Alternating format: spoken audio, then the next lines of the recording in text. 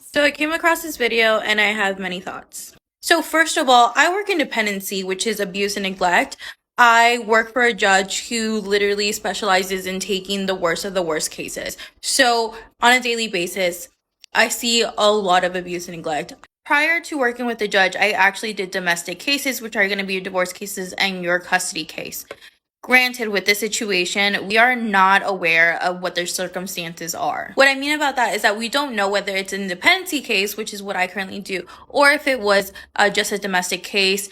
I'm guessing it's going to be a domestic case where there was a custody battle potentially, and the court ordered that the child has to spend whatever agreed upon terms with dad. Now, when it comes to these kind of cases, it gets really complicated because in domestic cases, your hands are really, really tied. A father has rights, and it's very, very hard to get those rights terminated if the father is adamant about being involved in that child's life. Versus if a case comes through dependency, a parent is given a case plan, and if they don't follow that case plan, depending on the statutory requirements of each state, the DA will then submit a motion to terminate a parental rights. Now, with regards to the law, when you want to allege abuse on another parent, you need evidence. And unfortunately, most of the times, a child's opinion and what they say is not always enough to support that allegation of abuse.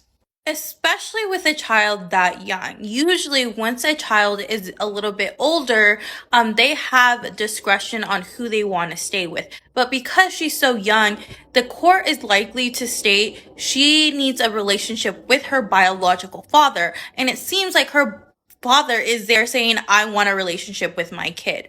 So, shy from actual evidence that shows abuse, the court's hands are very, very much tight because he has parental rights. Now, as someone who works in dependency, the video is very, very concerning because the child has a lot of fear in her eyes. You can tell sometimes children are coached, but that doesn't necessarily seem like the case here. And really, all we can do is try to change our laws because judges have to abide by the law. I'll be the first one to say that our system is extremely flawed and it's far, far from perfect.